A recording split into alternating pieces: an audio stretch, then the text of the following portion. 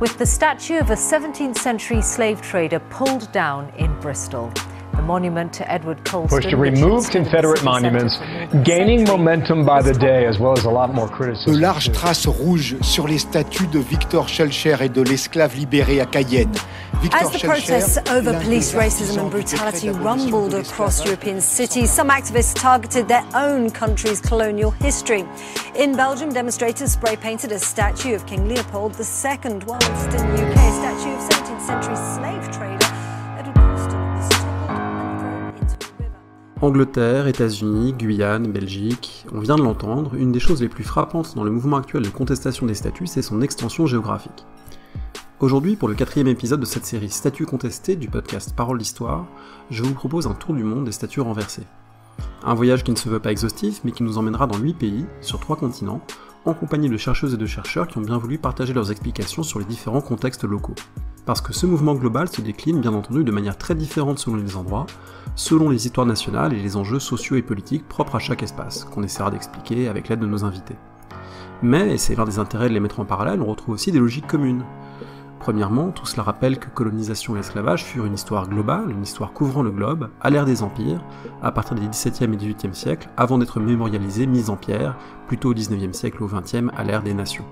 Deuxièmement, dans chaque pays concerné, vous l'entendrez, le printemps et l'été 2020 font rejouer des dynamiques plus anciennes, des mobilisations qui courent sur des années, voire des décennies contre tel ou tel monument, comme les statues du roi Léopold II en Belgique, qui n'en sont pas à leur première contestation. Et troisièmement, pour avoir un dernier point commun, dans tous ces endroits, il est question de statues, de symboles du passé, mais pas seulement de symboles du passé. Aussi d'inégalités, de problèmes sociaux, de discrimination au présent, les statues n'étant souvent qu'un moyen de rendre visibles des causes plus larges et plus importantes. Pour vous permettre de vous repérer dans l'émission et de choisir au besoin les lieux qui vous intéressent, voici le parcours qu'on va suivre. Au début, on parlera de la Grande-Bretagne, puis de ses anciens dominions d'Australie et du Canada. Du Canada, on ira au Groenland voisin, puis en Belgique et au Portugal. À la fin de l'émission, on fera un tour par le Brésil, avant de revenir à l'histoire coloniale, plus proche, avec 2 figures bien françaises, Bugeaud et Faidherbe. On commence donc par le pays où le mouvement a connu son épisode peut-être le plus spectaculaire, quand la statue de Colston a terminé dans le port de Bristol, la Grande-Bretagne. Itai Lothem, lecturer à l'université de Westminster, y présente un premier bilan, à la mi-juillet 2020. Alors ce bilan, en fait, va être un peu difficile à faire parce que la contestation de statut est vite devenue aussi un enjeu très très vaste. Et d'abord, il y a la première question de qu'est-ce qu'on entend par une sorte de contestation. Est-ce qu'on parle d'enjeux locaux ou d'enjeux nationaux? Mais les dernières semaines, en fait, ils ont connu une sorte de vague de revendications très locales, souvent aussi discussions sur des échelles différentes, et parfois aussi de la part des municipalités qui agissent avant qu'une sorte de contestation devienne une véritable proteste, comme par exemple dans le cas de Robert Milligan à Londres, dont le statut a été enlevé, de Docklands, où aussi il y avait une statue de Robert Baden-Powell, qui était le fondateur de Scoot à Poole, qui a été aussi enlevée avant qu'on ait une vraie discussion sur son rôle dans l'Empire britannique. Et du coup, ce qu'on a, c'est un début de mouvement avec Colston et aussi avec Rhodes Must Fall, mais qui a abouti aussi sur une sorte de vague de contestation. Et on peut parler aussi d'une liste potentielle de monuments d'autour de peut-être 60 monuments. Ceci dit, c'est assez normal parce qu'on parle quand même d'une sorte de contestation de la visibilité de l'histoire impériale qui avait quand même formé le pays. Et aussi tous les jours, il y a des nouveaux développements. Donc par exemple aujourd'hui, là où la statue de Colston a été enlevée à Bristol, un artiste local avait posé une nouvelle statue qui célèbre les revendications et aussi les protestes de Black Lives Matter. Au sein de ce mouvement britannique, les 2 exemples les plus marquants sont donc ceux de l'esclavagiste Colston à Bristol et de Cecil Rhodes, contesté notamment à Oxford. 2 cas qui ne sont pas tout à fait similaires. Ces 2 cas sont extrêmement différents. Ce sont aussi des cas extrêmement différents aussi dans le genre d'activisme qui s'y fait, mais aussi dans la temporalité ou de la chronologie de ces mouvements. À Colston, on parle vraiment d'un mouvement qui commence dans les années 90. On peut vraiment parler des contestations très locales qui commence en 95. Et c'est un mouvement qui est d'une certaine manière une exception britannique. Et parce que Bristol, c'est vraiment une ville qui a contesté son passé esclavagiste. Des mouvements qui sont souvent basés dans le quartier de St. Paul ont agi d'essayer de pas seulement contester la présence de Colston, mais aussi de créer une sorte de réflexion sur la création de la richesse de Bristol par ce passé esclavagiste de la ville. C'est aussi un mouvement qui a vu aussi la participation d'historiens locaux, comme par exemple Madge Dresser, mais aussi Olivier Totelé. Et du coup, aussi, c'est un mouvement qui, depuis les années 90, a vu aussi certains succès au niveau local, comme par exemple la construction d'un pont qui s'appelle le pont de Perrault, qui essaie de montrer la présence aussi des personnes esclavagées dans cet espace bristolien. Mais ce mouvement à Bristol reste quand même une sorte d'exception dans un pays qui n'a pas vu trop de contestation d'histoire impériale sur le niveau national. Le mouvement Rhodes Must Fall est centré sur la personne de Cecil Rhodes. Cecil Rhodes, né en 1853, mort en 1902, fut un acteur majeur de l'impérialisme britannique. D'abord à son compte, puis pour celui de la couronne, il fut notamment un des artisans de la colonisation de l'Afrique australe. Le Zimbabwe s'est d'ailleurs appelé la Rhodésie jusqu'en 1979. Dans ce cas-là, Rhodes Must Fall est un cas très très différent, qui arrive en 2015 et qui est aussi inspiré par les mouvements qui portent le même nom en Afrique du Sud. Et c'était un mouvement d'activistes antiracistes, mais d'activistes étudiants qui ont repéré cette petite statue de Rhodes. Ça, il faut le dire aussi que la statue de Rhodes à Oxford, par rapport aussi à l'omniprésence de Colston à Bristol, est très différente. Mais ils ont repéré cette statue d'Oxford comme une sorte de symbole du passé impérial, mais aussi un symbole de l'histoire raciste et aussi du racisme quotidien de l'université d'Oxford. Et du coup, c'était un mouvement qui essayait de prendre ce statut comme une résistance contre la vie, contre le racisme quotidien des étudiants de couleur ou des étudiants non blancs à l'université d'Oxford. Ce qui est quand même intéressant avec ce mouvement de Rhodes Must Fall en 2015, c'était que c'était un mouvement qui a, pour la première fois en Grande-Bretagne, a sensibilisé une nouvelle génération d'activistes antiracistes au sujet de ces monuments et au sujet du rôle de la célébration de monuments dans un débat sur le racisme en Grande-Bretagne.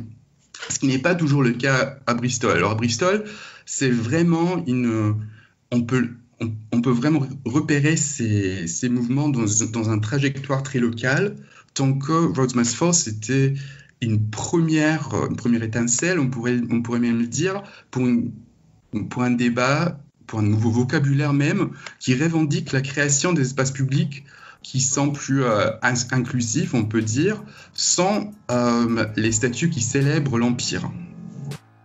De ce cœur de l'Empire britannique, on peut maintenant passer à ses extrémités, les espaces impériaux plus lointains comme l'Australie et le Canada. Pour l'Australie, c'est Robert Aldridge, professeur à l'université de Sydney, qui évoque pour nous non seulement les statues, mais aussi les cérémonies commémoratives et les problèmes qu'elles posent, un propos qui replace donc les monuments dans un cadre plus large. C'est une question très pertinente. L'Australie est un continent qui a été colonisé par les Anglais et l'Australie était aussi un pays colonisateur dans le Pacifique Sud. Pour la colonisation de l'Australie par les Anglais et la suite, la colonisation par les Australiens blancs eux-mêmes, c'est une question qui est liée à la position des autochtones dans la société australienne d'aujourd'hui. Je dis population autochtone, c'est ce que nous appelons Indigenous Australians, c'est-à-dire les aborigènes et le peuple des îles du détroit de Torres, qui sont d'une ethnie différente. Bref, pour ces Indigenous Australians, il y a beaucoup de symboles en Australie qui marquent le pays avec une histoire triomphante de la colonisation, statut d'explorateur, statut de gouverneur, statut de pionnier, entre guillemets. Et par contre, il y a très peu de représentation monumentale des autochtones en Australie. Dernièrement, nous avions une contestation d'une statue du capitaine James Cook, qui a été considéré pendant longtemps comme le découvreur de l'Australie. une statue qui se trouve dans un parc au centre de la ville de Sydney. Et 2 jeunes femmes ont mis des graffitis sur le socle de la statue en utilisant le mot génocide, qui est un mot très difficile, très psychologique, je dirais. Mais qu'est-ce qu'on doit faire avec cette statue? Est-ce qu'on doit l'enlever? Est-ce qu'on doit mettre une autre plaque pour donner un peu plus de contexte à la vie et à l'œuvre de James Cook? Est-ce qu'on doit mettre une statue à côté d'un aborigène de son époque? La question est posée, mais on n'a pas encore de réponse. Mais il y a beaucoup de ces symboles en Australie, des statues, mais aussi d'autres symboles. Je me permettrai par exemple de parler de Australia Day, qui est la fête nationale de l'Australie, le 26 janvier, qui commémore l'arrivée de la première flotte, comme nous disons, les premiers colons en janvier 1788. Pour les autochtones, surtout les aborigènes qui sont plus touchés par cette histoire, c'est le jour de l'invasion. Et pendant longtemps, les Australiens ont célébré cette journée qui marquait l'arrivée des Anglais. Les aborigènes maintenant, et beaucoup de gens qui sympathisent avec leur point de vue, commémorent le jour de l'invasion. Donc voilà 2 perspectives totalement différentes de la fondation même de l'Australie. Et on peut énumérer d'autres symboles dans l'anthème, l'hymne national de l'Australie, dans le drapeau, dans les édifices publics, dans la Constitution où les aborigènes ne figurent pas. Il y a une grande question maintenant d'introduire une section de la Constitution qui date de 1901 qui reconnaîtrait la position des aborigènes et des autres autochtones comme premiers occupants du territoire. C'est un peu controversé, mais je crois que les statuts font partie d'un nombre de symboles qui, pour certains autochtones et d'autres Australiens aussi, sont considérés offensifs. Mais de là à dire qu'on doit détruire tous les statuts, je crois que même la plupart des aborigènes ne sont pas pour un tel dérangement du paysage des monuments. La situation au Canada reflète en partie celle de l'Australie, c'est-à-dire 2 colonies britanniques devenues des colonies de peuplement blanc au détriment des populations locales. Au Canada, c'est la figure de John Macdonald, 2 fois Premier ministre d'abord en 1867-73, puis 1878-1891. C'est cette figure qui est contestée puisqu'il fut longtemps considéré comme l'un des grands fondateurs du Canada moderne, mais son rôle est depuis quelques décennies réexaminé, à la lumière en particulier de ses politiques vis-à-vis des indigènes. Explication d'Annie Gérin, professeure à l'Université Concordia de Montréal. Je peux vous dire que John A. Macdonald est quand même quelqu'un qui a défendu d'une part l'esclavagisme noir, mais aussi le racisme envers les Autochtones. Et donc, oui, à travers le Canada, il y a plusieurs statues qui sont l'objet de débats présentement. Il y en a une qui a été retirée ou qui est en voie d'être retirée en Colombie-Britannique. Et c'est intéressant, ces cas-là, parce que c'est quand même un héritage mixte. Il y a certains cas de figures qui ont été retirées où la population entière s'entend sur le fait que cette personne-là ne devrait pas figurer du tout dans l'espace public. Je pense à quelqu'un comme Amherst, par exemple, le général Amherst, qui est quelqu'un qui a pensé en fait la stratégie génocidaire d'offrir des couvertures contaminées au peuple autochtone, ce qui a rasé des centaines de populations. Avec John A. Macdonald, c'est beaucoup plus nuancé. Et donc, ce qui est intéressant, c'est que ça cause des débats sur l'histoire, sur sa représentation, mais aussi sur la vénération des personnes publiques. Donc, ça permet en fait d'avoir ces discussions-là sur comment on écrit l'histoire et comment on l'apprend aux jeunes générations. Au Canada, parmi ces populations indigènes, vivent des Inuits au nord du pays, et l'une des choses que j'ai apprises avec beaucoup d'intérêt dans le dernier mois en préparant ce podcast, c'est l'écho de ce mouvement de contestation globale des statuts au Groenland, plus généralement en Arctique. On écoute Mikko Mered, enseignant, conférencier, spécialiste en géopolitique de l'Arctique, qui explique ces enjeux. Ces dernières semaines, le mouvement Black Lives Matter a eu des effets qui ne sont pas surprenants pour qui suit de manière attentive les questions arctiques, mais qui peuvent paraître surprenants pour beaucoup de gens. Par contre, c'est le fait qu'il y ait des statues de personnes vues comme colonisateurs du Groenland, mais c'est vrai aussi dans d'autres parties de l'Arctique, on peut penser à l'Alaska par exemple, ont été vandalisées. Et là, dans le cas du Groenland, elles ont été vandalisées avec de la peinture rouge, comme pour simuler une forme de décapitation ou une forme d'assassinat, avec un tag qui est revenu plusieurs fois, le tag « Decolonize, Decolonize ». C'est un autre type de méthode pour le mouvement de décolonisation et d'indépendance par rapport à cette colonisation danoise qu'on a vu au Groenland ces dernières années se radicaliser.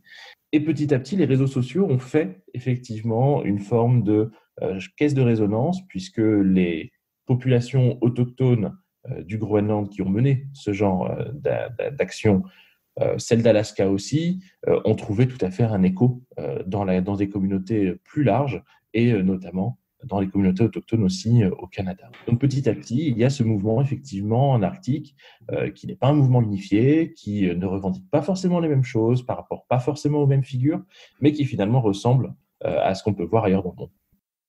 La figure principale qui est ici remise en cause, c'est le missionnaire danois Hans Egede du XVIIIe siècle. Le monument qui a fait l'objet de ces contestations à la fin du mois de juin, on va dire le premier pour ce qui concerne le Groenland, c'est la statue de Hans Egede. Hans Egede, qui c'est en fait, c'est un missionnaire, c'est un missionnaire chrétien qui est arrivé au Groenland en 1721, et beaucoup considèrent que effectivement 1721 c'est le début de la colonisation danoise moderne du Groenland, puisqu'il y a eu d'autres colonisations du Groenland par des populations scandinaves au tournant du premier millénaire.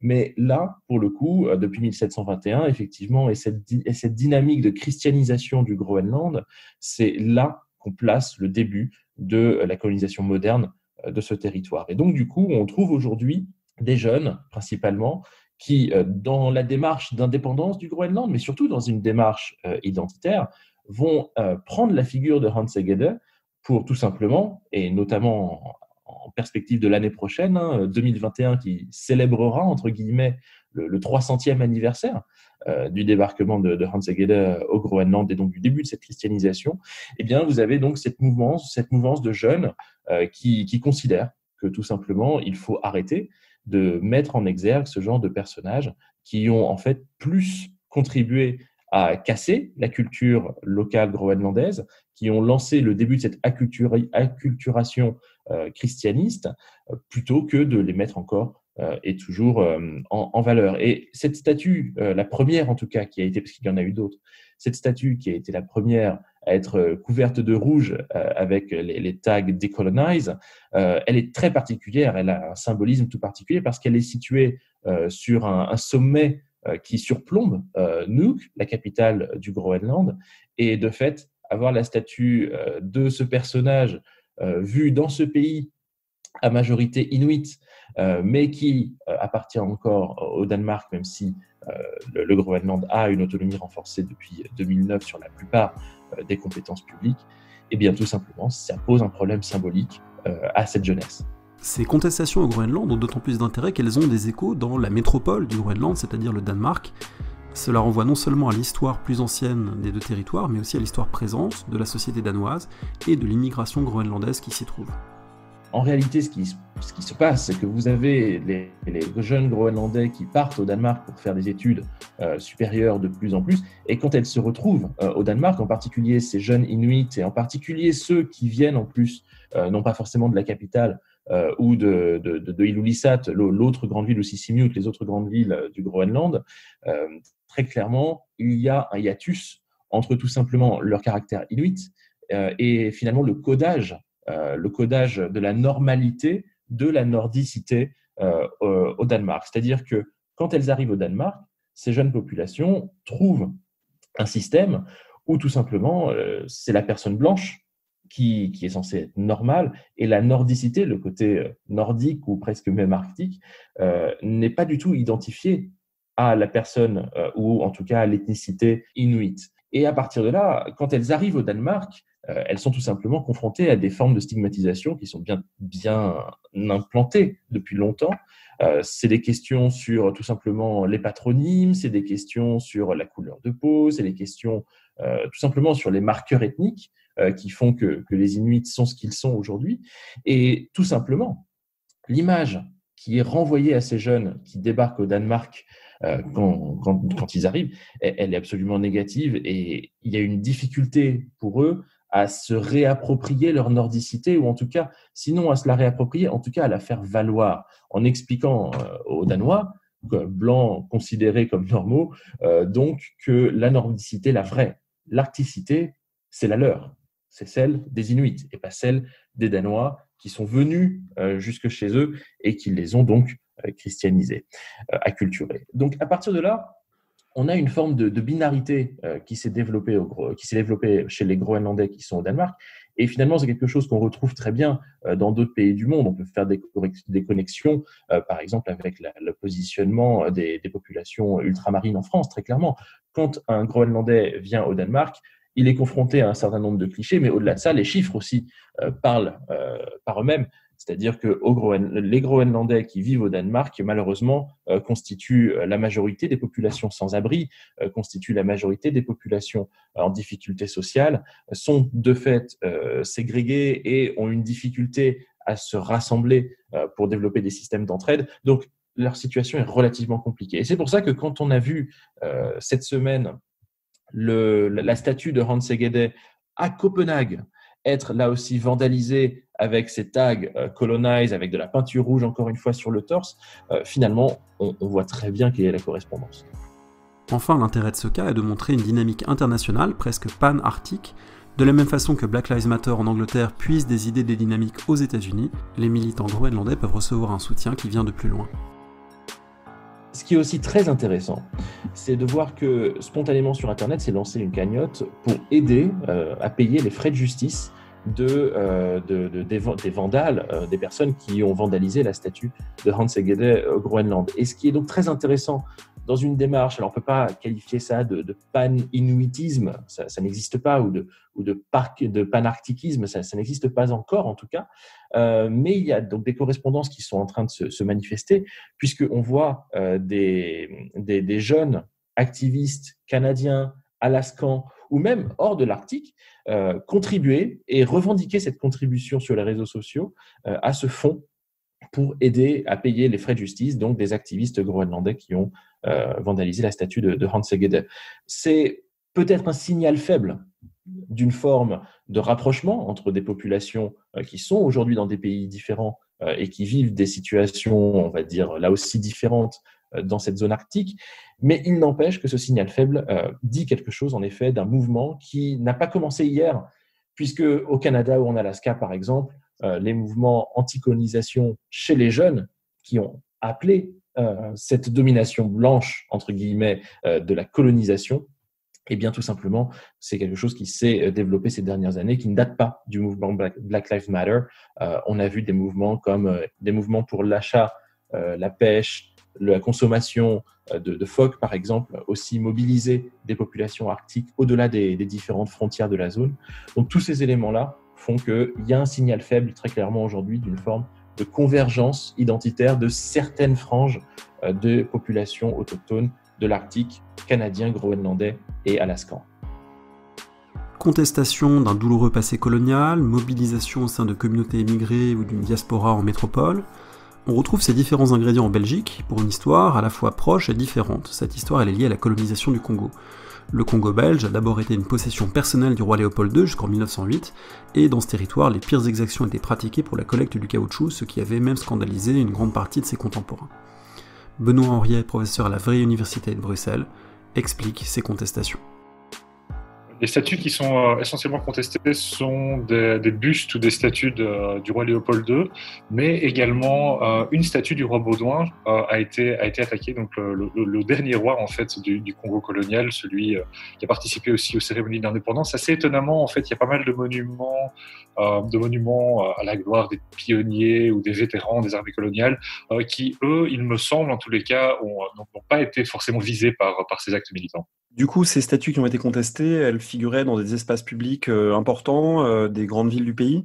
Alors c'est ça qui est aussi assez intéressant, c'est qu'en fait il y a certaines qui occupent des positions extrêmement centrales.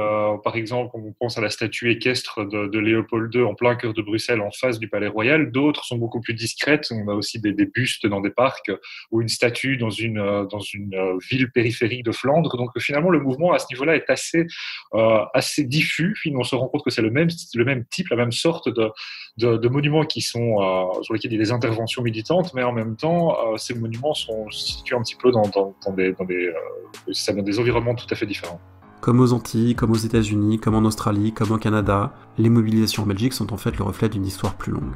C'est pas du tout nouveau en Belgique, simplement ça a pris beaucoup plus d'ampleur et ça attire beaucoup plus d'attention, mais il y a déjà plus de 10 ans, il y a eu différentes interventions qui ont été faites sur des statues de Léopold II, notamment la statue équestre à Bruxelles dont je viens de parler, a été peinte en rouge par des militants il y a une dizaine d'années par exemple. Donc on voit que, et entre-temps, je pense qu'il y a 1 ou 2 ans, il y a eu encore aussi des attaques sur des bustes de Léopold II, mais ces événements n'avaient pas forcément après de suite, ne recevaient pas autant d'attention médiatique et n'ont jamais provoqué un véritable débat politique. Donc ce qui change maintenant, c'est plutôt l'intensité et l'attention qui sont portées à ces mouvements qui existent déjà depuis un certain temps.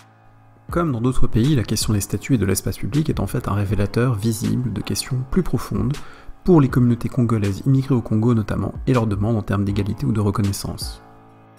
Il y a différentes associations qui sont de membres de la diaspora qui sont assez actifs sur ces questions-là, reconnaissables, qui assument parfois certaines de ces actions.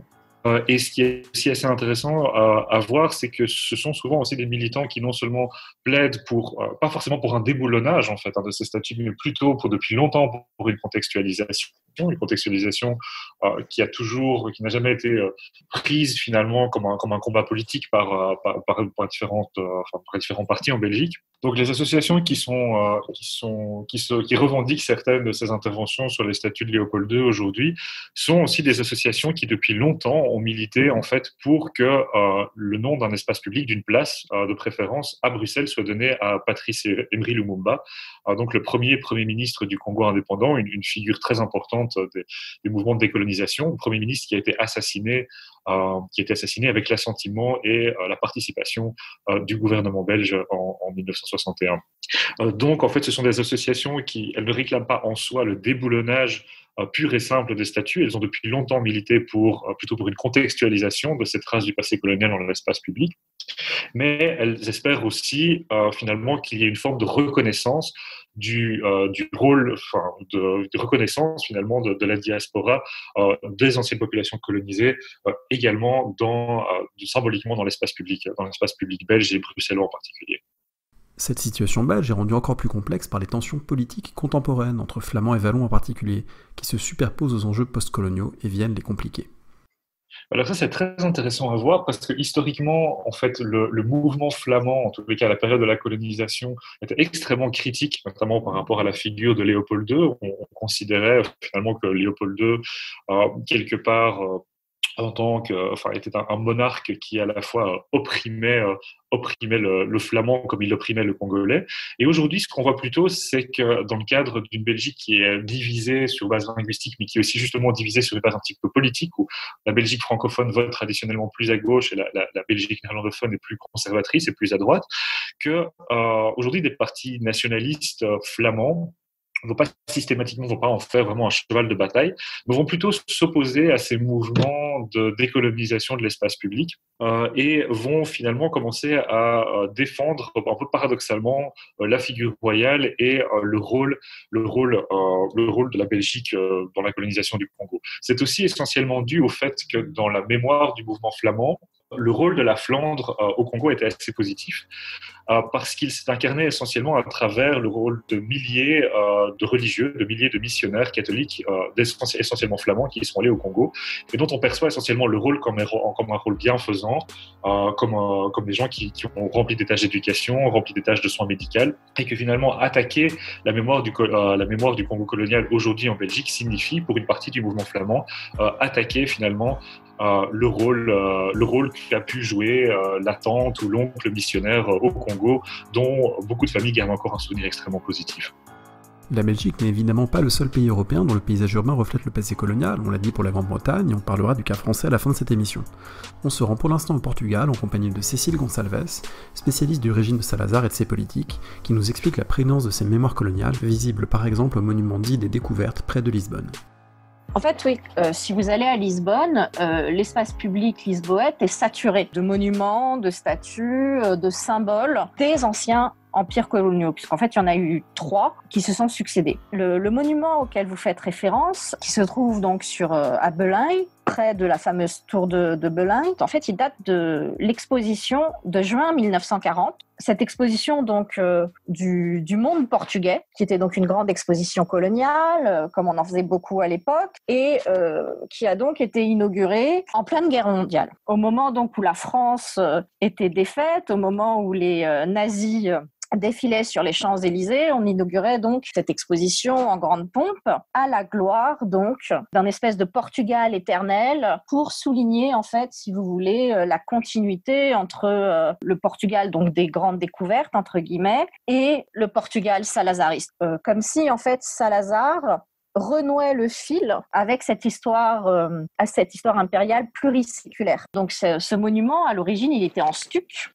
Il a été donc réalisé en dur dans les années 60. Et c'est donc le monument qu'on connaît aujourd'hui. En face de ce monument, il y a également une très grande fontaine, qui est donc la fontaine de l'Empire, puisqu'elle s'appelait comme ça. Ces monuments étaient là pour rappeler, et donc sont toujours là pour rappeler la grandeur de ce qu'a été le Portugal impérial. Si vous voulez, ces monuments, en soi, ne suscitent pas énormément de contestation. Parce que, si vous voulez, ils font partie du paysage et surtout, ils montrent à quel point l'idéologie, le lusotropicalisme est encore prégnant dans les mentalités portugaises.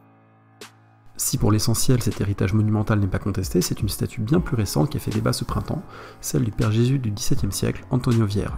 Une statue qui pose moins de questions sur l'histoire portugaise en réalité que sur le présent politique du Portugal, sur son rapport à la mémoire coloniale, sur la difficulté à se défaire d'un certain nombre de stéréotypes, exaltés notamment à l'époque de la dictature.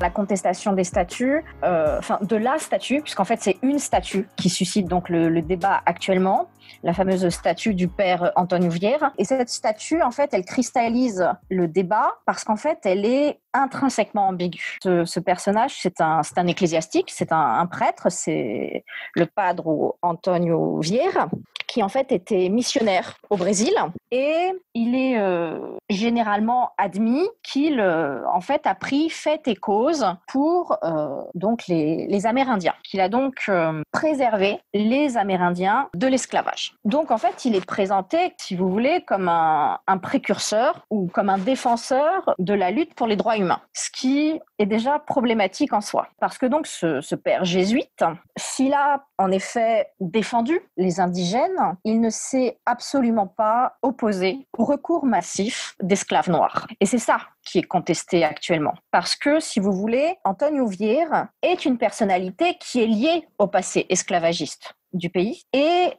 pour prendre donc la défense des indigènes, il s'est donc déplacé à Lisbonne pour plaider la cause des indigènes auprès du roi. Il a littéralement demandé au roi donc de recourir à l'esclavage des Noirs plutôt qu'aux indigènes, parce qu'en fait, pour lui, l'importation donc des esclaves africains leur permettrait d'échapper au paganisme et donc de trouver leur salut en terre chrétienne, donc dans le Brésil catholique. Et que justement, le fait d'être forcé au travail, donc d'être réduit en esclavage, leur permettrait d'accéder à leur salut. Mais cette statue, elle pose problème dans le sens où, justement, ce n'est pas un monument historique en tant que tel. C'est pas un monument qui est là depuis des décennies. C'est vraiment une statue qui, même si elle fait ancienne parce qu'elle est très patinée, date de 2017. Et c'est ça, en fait, qui pose problème. Comment,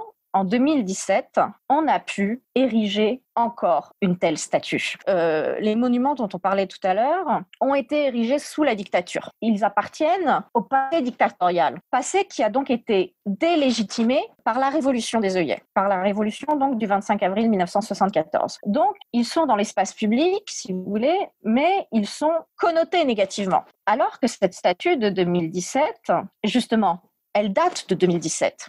Et donc, elle n'aurait, normalement, dans le Portugal démocratique, elle n'aurait jamais dû être érigée. Et c'est ce qu'elle donne à voir, en fait, qui pose problème, parce qu'elle donne à voir que cette idéologie lusotropicaliste, eh bien, elle est toujours là, dans les mentalités. Et surtout, elle marque également, à mon sens, elle donne à voir, en fait, qu'il y a toujours une espèce de connivence entre les pouvoirs publics, donc ici, c'est la mairie de Lisbonne, et le pouvoir religieux. Parce qu'en fait, cette statue, elle résulte d'un contrat passé entre la mairie de Lisbonne et ce qu'on appelle donc la Santa Casa da Misericórdia. C'est une institution, c'est des hospices, c'est des maisons de santé tenues donc par des congrégations religieuses. Et donc, ce que donne à voir cette statue, c'est qu'il existe encore, malgré la loi de séparation, une connivence entre les pouvoirs publics et le pouvoir religieux. Et elle donne également à voir le fait que le Portugal a du mal à interroger son passé esclavagiste et qu'il met en avant, donc en mettant en avant la figure du Padre Vieira, il met en avant le discours présenté donc par le président de la République au Sénégal en avril 2017, que le Portugal en fait a été abolitionniste avant la lettre, alors que c'est pas vrai. Ça véhicule l'idée que, contrairement aux autres puissances impériales, le Portugal aurait été, si vous voulez, non pas un colonisateur ayant asservi des peuples, mais un colonisateur bienveillant qui prenait en fait sous son aile les populations indigènes, les populations locales sous sa protection. Et c'est ça qui pose problème, véritablement. Et lorsque la statue a été vandalisée, on a revu, voilà, dans l'espace ressurgir toute la rhétorique salazariste, comme quoi les racistes, en fait, c'était les autres. C'était pas nous, c'est les autres. Et c'est ça, en fait, qui choque actuellement au Portugal. Pas tant le fait qu'on veuille déboulonner une statue, enfin, à mon sens, la question du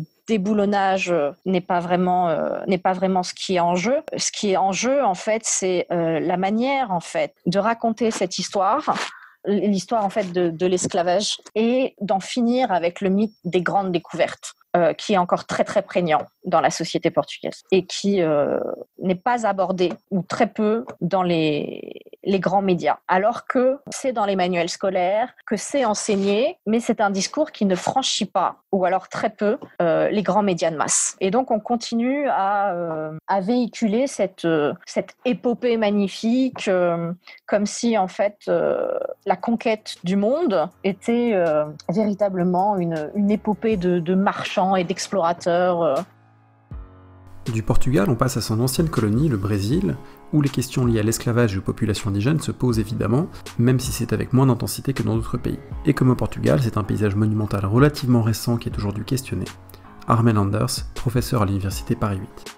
C'est pas tout à fait nouveau. Il y a deux caractéristiques à mon avis pour le Brésil. C'est pas un phénomène très nouveau et ça n'est pas un phénomène très répandu, très intense non plus. C'est-à-dire que c'est assez circonscrit à certains monuments emblématiques et particulièrement à ce monument aux bandeiras. La meilleure traduction, ça serait peut-être de dire aux conquérants en fait, qui est situé à São Paulo.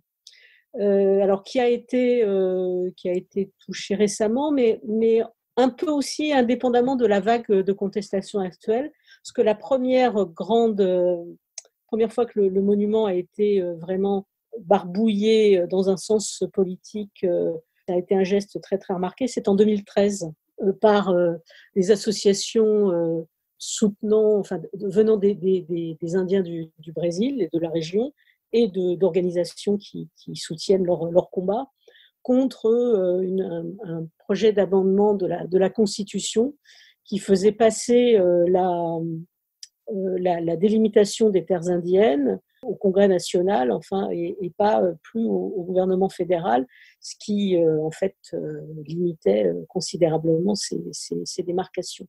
Et donc, à cette occasion, une manifestation à São Paulo, qui est une région aussi très marquée par la présence indienne, s'est rendue à ce monument pour écrire bandeirantes. Alors je vais décrire dans un instant ce que sont ces bandeirantes, assassins.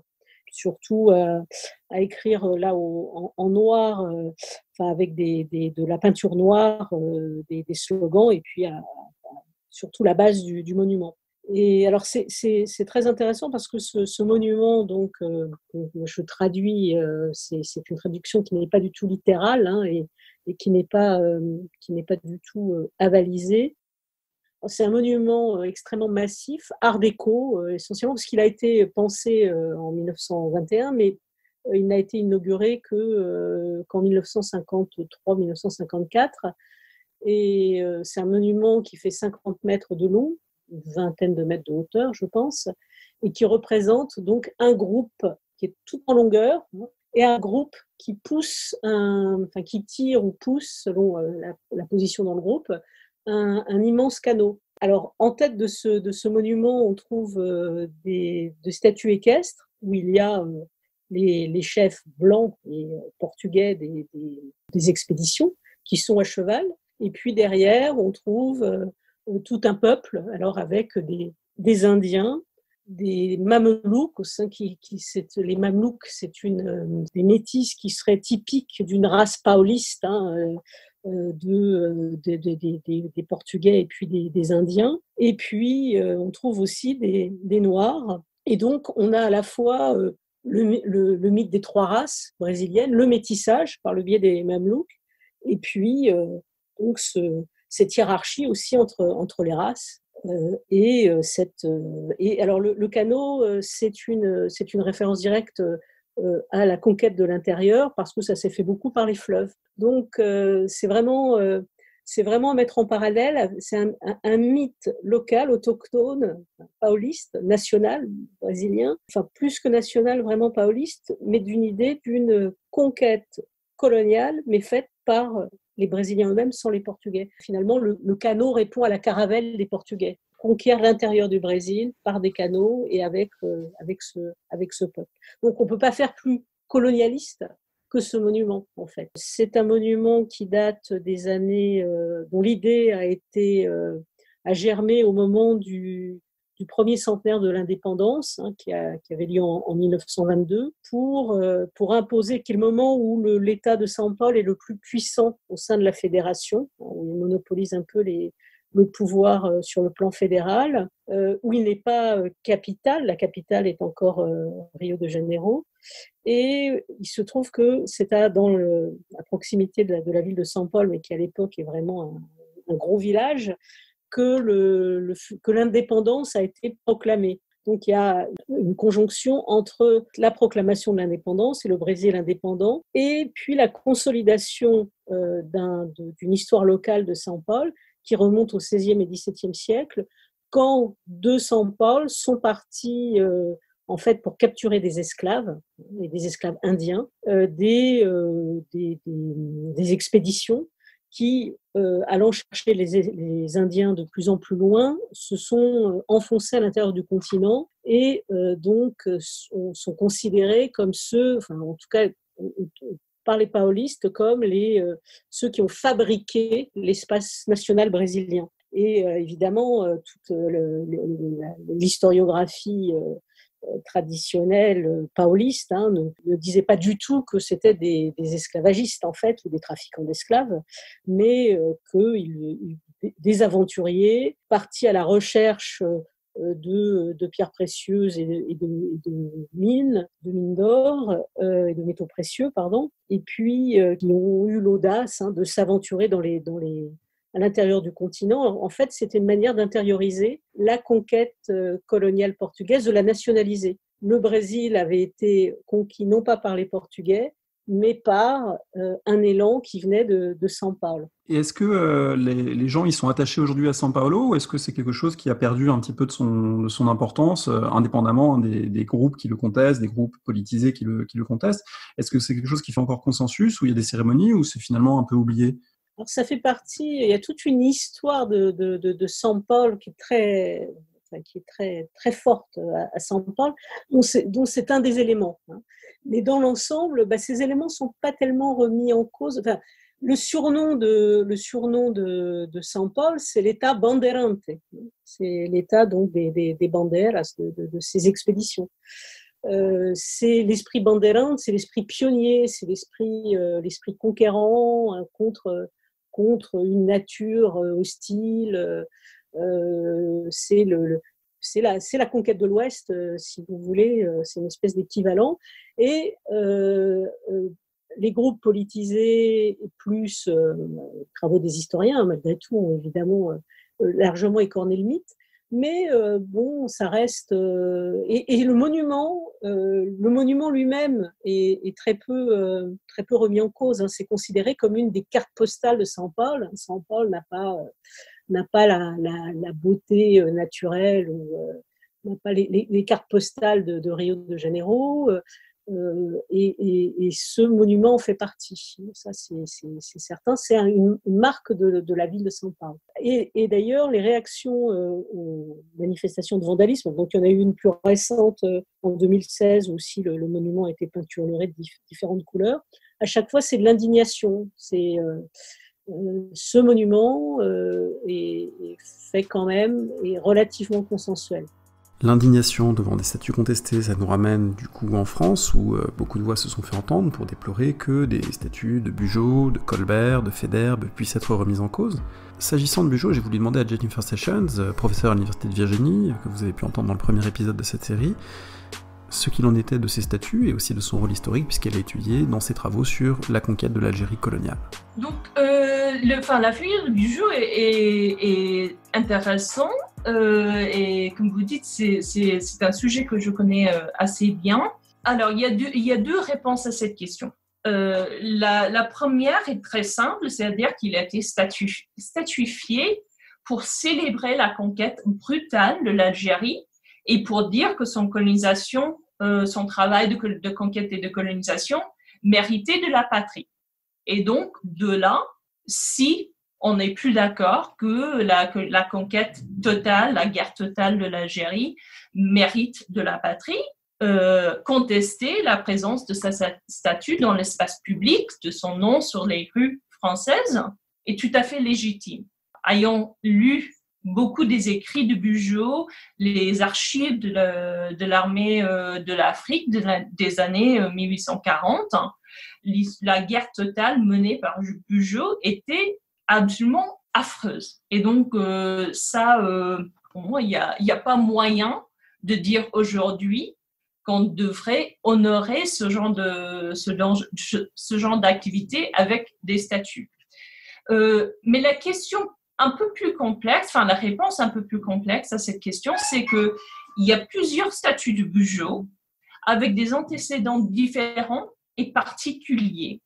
Et donc, avec lesquels les formes de contestation et les raisons de contestation sont peut-être un peu différentes. Et donc, il y a deux à Paris, dans la région parisienne, qui figurent dans des séries de portraits de grands hommes qui ont été faits pour décorer les murs des musées. Et l'une est dans le musée de l'histoire de France que Louis-Philippe avait installé à Versailles dans les années 1840.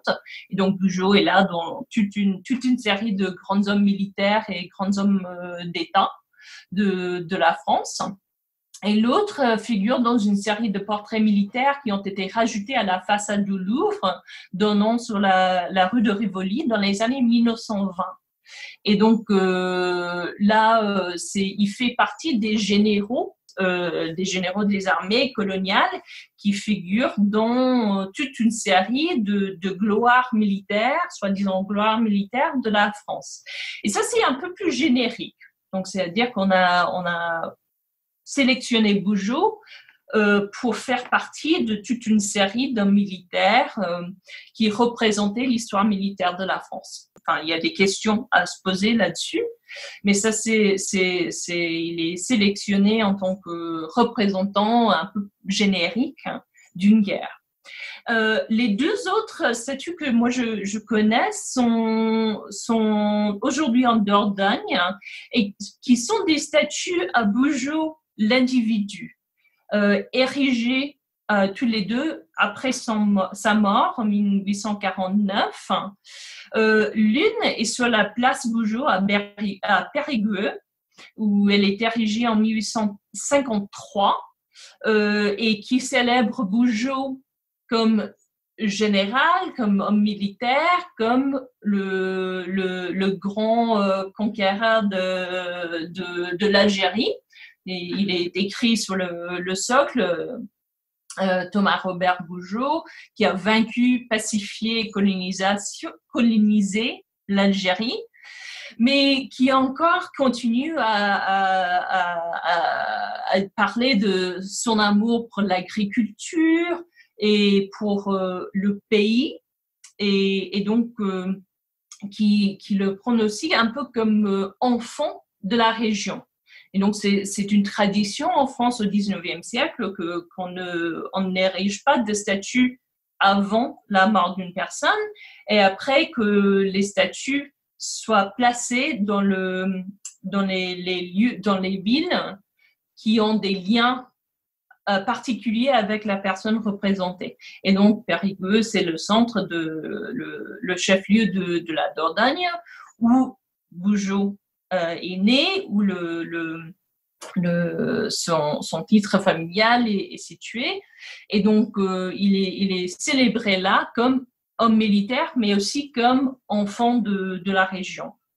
L'autre statue, qui est en fait, de point de vue esthétique, c'est une jumelle de la première, est aujourd'hui à Excideuil, le château familial de Bugeaud est situé. Mais cette statue-là est originaire de l'Algérie. Et en fait, elle a été inaugurée à Alger, sur la place d'Isly, en 1852. Et puis après l'indépendance de l'Algérie, rapatriée et installée à Excideuil en 1999. Il y avait eu un projet de l'ériger dans les années 1960, mais on a mis 30 ans pour réaliser ce projet. Et donc là, il est célébré beaucoup plus directement comme gouverneur de l'Algérie et colonisateur de l'Algérie. Et on ne parle pas vraiment de l'agriculture à la même longueur que sur la statue de Périgueux. Mais à la place, il y a des citations de Bugeaud sur la nécessité de montrer la force de la France aux indigènes, aux tribus, soi-disant tribus de l'Algérie, et qui décrit la colonisation de l'Algérie comme une conquête de civilisation sur le barbarisme. Et donc, c'est des statues qui ont été érigées pour célébrer un peu le même Bugeaud, le conquérant de l'Algérie, mais avec des particularités particulières à la Dordogne et ensuite à l'Algérie. Et même si ce sont des statues identiques, elles ont des histoires un peu différentes. Et donc, contestables tous les deux, mais avec des nuances. Et donc, c'est ça qu'on devrait reconnaître en même temps qu'on dit que ce sont quand même des statues qui posent problème pour la partie qu'ils ont en commun. Autre militaire du 19e siècle, autre grand homme entre guillemets statufié, autre figure de conquête coloniale, Faidherbe, dont la statue a également fait l'objet de contestations, en particulier à Lille. Explication de Jennifer Sessions. Là, en fait, c'est un peu le même cas de figure qu'avec Bugeaud, c'est-à-dire qu'on érige des statues à Faidherbe après sa mort à Lille, où il est originaire, et aussi au Sénégal, et qui célèbre un peu le même homme militaire et aussi homme colonial. Mais avec Faidherbe, on voit un autre phénomène qui devient plus importante à la fin du 19e siècle en France, où on le constate vraiment avec la guerre franco-prussienne, c'est-à-dire que jusqu'à au moins la fin de la Première Guerre mondiale, les chefs militaires des armées françaises ont fait carrière aux colonies. C'est comme ça qu'on se faisait avancer des grades plus vite. Et c'était là où c'était aux colonies qu'on trouvait des guerres chaudes. et pour changer de la vie de garnison métropolitaine.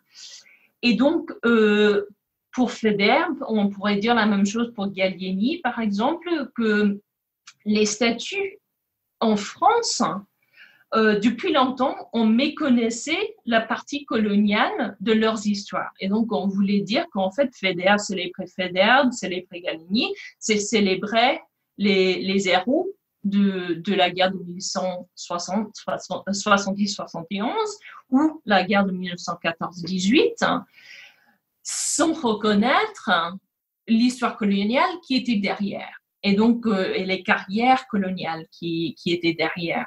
Et donc, pour Federbe, ainsi que pour Gallieni et d'autres, c'est la question, enfin, la contestation actuelle nous invite, nous oblige de venir un peu aux mains avec l'histoire coloniale des armées françaises à l'époque contemporaine, tout simplement. On aurait sans doute pu encore varier les exemples, varier les lieux d'analyse de ces différentes statues contestées à travers le monde. J'ai déjà eu la chance d'avoir beaucoup de collègues qui ont accepté de se prêter au jeu de l'entretien par Zoom à distance, ce qui explique la qualité parfois moyenne des enregistrements, et je les en remercie très vivement. Des propos qui permettent de mesurer les points communs, les différences entre les contextes, et puis évidemment la prégnance, dans tous ces endroits, d'une longue histoire liée à la colonisation et à l'esclavage. Une histoire qui n'est pas tout à fait terminée, puisqu'il reste à savoir ce qu'on fait de ces monuments, de cet espace public, de ces statues, une fois le geste iconoclaste achevé. C'est l'objet de la dernière émission de cette série à écouter demain, déboulonnée et après. Merci de nous avoir écoutés. Si vous appréciez ces émissions, n'hésitez pas à laisser une note et ou un commentaire sur iTunes.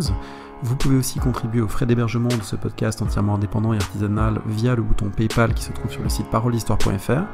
Vous nous retrouvez également sur les réseaux sociaux, Twitter, Instagram, Facebook et YouTube. Merci et à très bientôt.